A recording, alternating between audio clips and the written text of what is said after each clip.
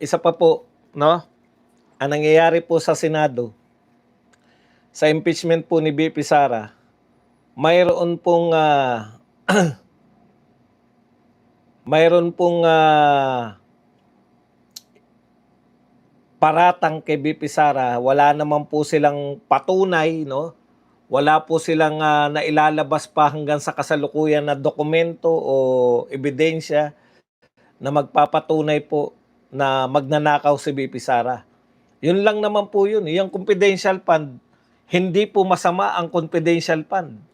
Eh di kung masama po ang lahat ng confidential fund, ang unang dapat makulong si BBM. Siya po ang may pinakamalaking confidential fund.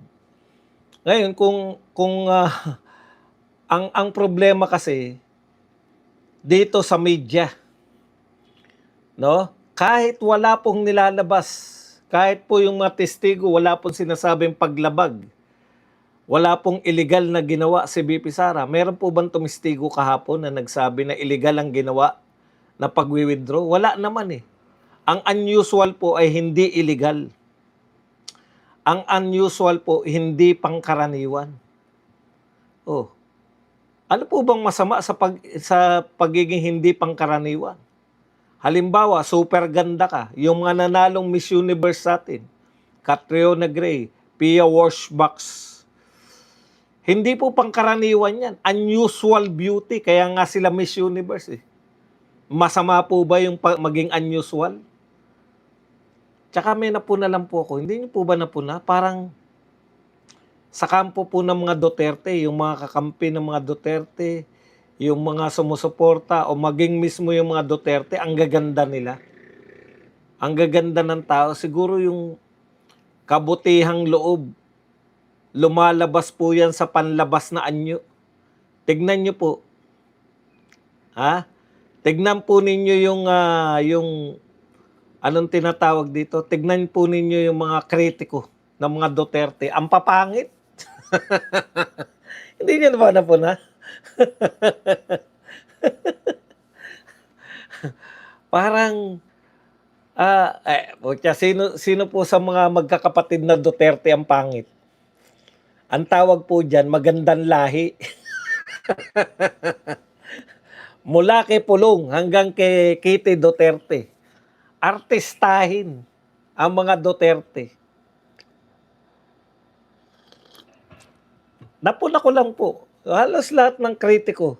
Mula pa kay Sel Jokno, De Lima, eto mga makabago na, si Luistro, pati po yung mga sila Lovely Granada, sila sangkatutak, no? Siguro doon po nagsisimula yung pagkamuhi nyo sa mga Duterte. Tuwing titingin kayo sa umaga sa mga salamin, grabe. Tapos makikita nyo yung mga mukha ng mga Duterte, suklam agad eh. Hindi po ako na may personal. Napupuna ko lang po. Masama po bang mapuna? Masama po bang mapuna natin na ang papangit nila? Hindi ko naman po sinasabi lahat ng supporter ng mga Duterte magaganda at mga gwapo. Ang sinasabi ko, ang gaganda po ng mga Duterte. Tapos yung mga pangunahing kritiko nila, iisa lang ang katangian, ang aaskad ng mga pagmumuka. Yung mga bata-bata pa, sila Redon, sila Lovely Granada. Parang ano po sila, yung galit sa kagandahan, kaya siguro nila kinikriticize si VP Sara. Di ba? Ayan sila Chua, tignan nyo.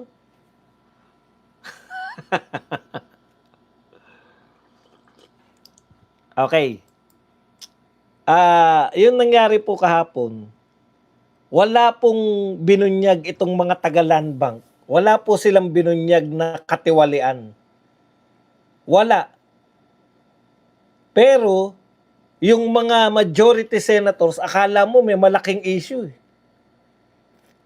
Akala mo may issue na, unusual? Ngayon lang meron? Ngayon lang may nag-withdraw? Eh kung ibalita ko po sa inyo na ngayon lang tayo nagkaroon ng tennis na pasok po sa top 50 o top 20 o top 50 o kasama na po siya sa regular na world rankings ng World Tennis Association. Ngayon lang po tayo nagkaroon ng totoong tennis star na kasama po. Oh, unusual po yun. May illegal po ba dun? Hindi po ibig sabihin ng unusual ay mayroon pong katiwalian. Ang ibig sabihin lang po ng unusual, hindi po dating nangyayari ito, pero nangyari. Halimbawa po, unusual po ang pagiging presidente ni President Duterte. Dahil siya lang po ang nakagawa ng pinakamaraming infrastructure project sa loob lamang ng 6 na taon. Pinakamarami. Ibig mo sabihin, Badong, daig niya pa yung naglingkod ng 20 years? Opo, daig niya pa yung naglingkod ng kulang-kulang o mahigit kumilang 10 taon? Opo. Oh, unusual po yun. Hindi po ibig sabihin ng unusual, may katiwalian. Unusual, hindi po pangkaraniwan. Pwede siyang positive, pwede siyang negative. Kailan pa po ano yun? Bakit parang may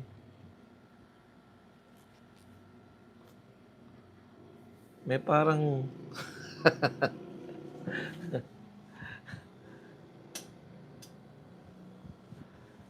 may parang dumaan sa mata ko na hindi ko maintindihan.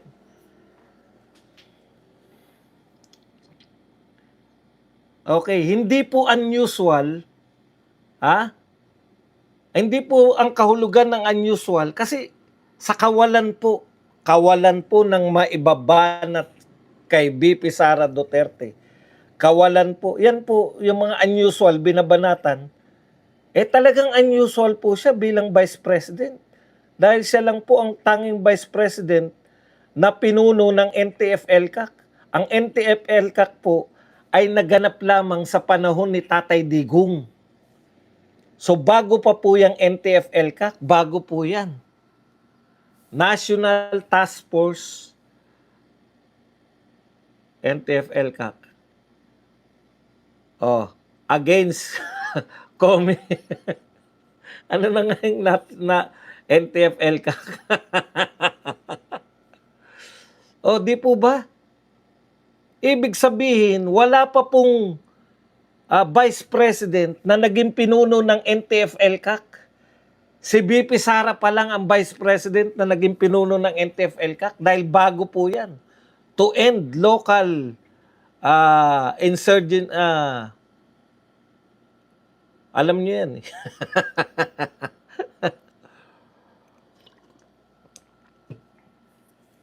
Kaya po, siya lang po ang Vice President.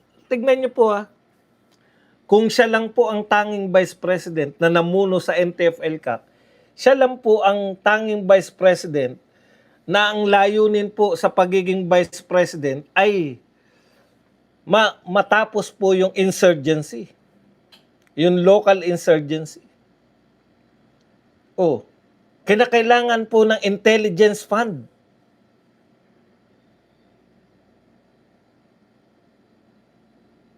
Kaya po, may intelligence fund po si BP Sara kasi kinakailangan ng intelligence. Panlaban po yan sa insurgency. Bakit po unusual? Wala naman pong dating Vice President na may silbi. Lahat po ng dating Vice President walang silbi. Kinakailangan po ko pa bang i-spelling sa inyo yan? Yung experience po ni BP Sara Duterte, pagiging Davao Mayor. Ang Davao City po ang isa sa pinakamalaking land area. Hindi po isa sa pinakamalaking syudad pagdating po sa land area. Para magka-ideya po tayo,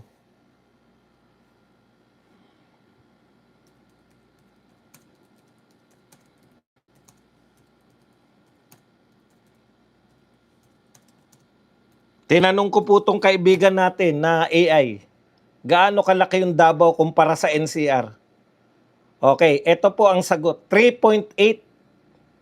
So yung NCR po na nalalakihan na tayo, ang kahulugan po ng NCR, National Capital Region, kasama po diyan yung Manila, Pasay, Quezon City, Makati, Taguig, San Juan, Mandaluyong.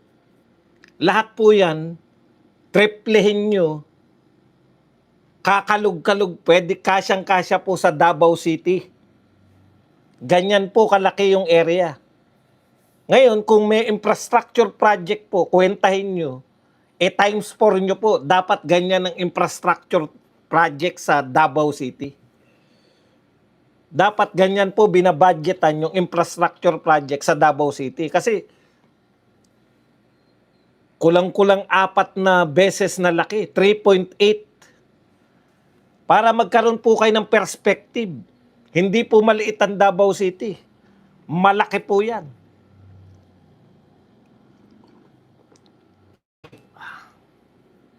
Kumpara po sa Metro Manila. Okay. Kaya, yan po yung Davao City na dating pinamumugaran, dati pong malakas ang kuta ng mga nice people around, ng insurgency. Kuta po yan ng insurgency, malakas po. Ano pong ginawa ng panahon po na Mayor si BP Sara? Na-deklara po ang Davao City bilang insurgent-free. Ngayon, nung siya po ay Vice President na, gusto niya po yung tagumpay niya sa Davao, dalhin niya po sa pangkalahatan sa buong Pilipinas para matapos na po yung problema natin sa insurgency. Masama po ba yun? Kaya po siya humiling ng intelligence ay ng confidential fund. Yan po yung dahilan to combat insurgency problem. Hindi po para yung maging violente. Yan po yung purpose nun. Usual pa po ba yun? Kung yan po ay unusual, natural ang mga gagawin niya, unusual din. Hindi po siya normal. Dahil siya po ay angat sa iba. Angat sa lahat ng Vice President. Unang taon pa lang ni BP Sara, nalagpasan niya na lahat ng accomplishment ng lahat na naging Vice President sa Pilipinas. Unang taon pa lang. Imagine niyo. Tapos ikukumpara niyo sa mga naunang Vice President. Opo, hindi po ako nag-exaggerate. Dahil si BP Sara lang po ang nakapag-isip na magtayo ng mga satellite offices. Never before a sitting Vice President thought about spreading yung pong Vice Presidency na makapunta po sa bawat rehiyon.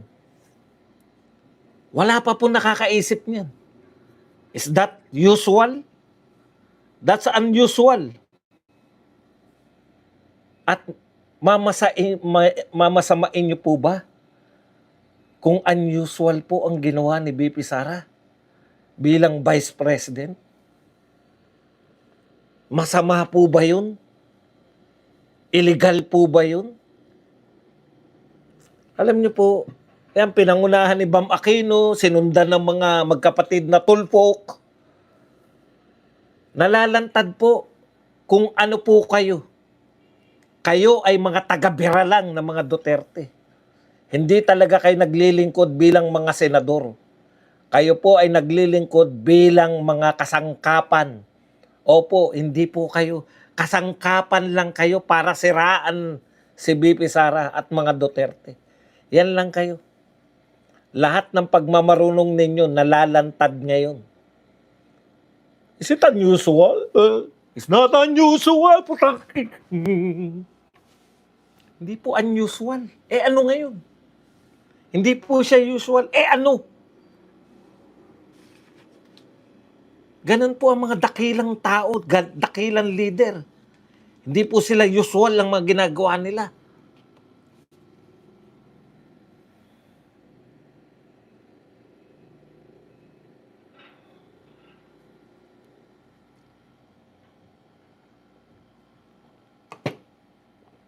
Sige, magbalita na tayo.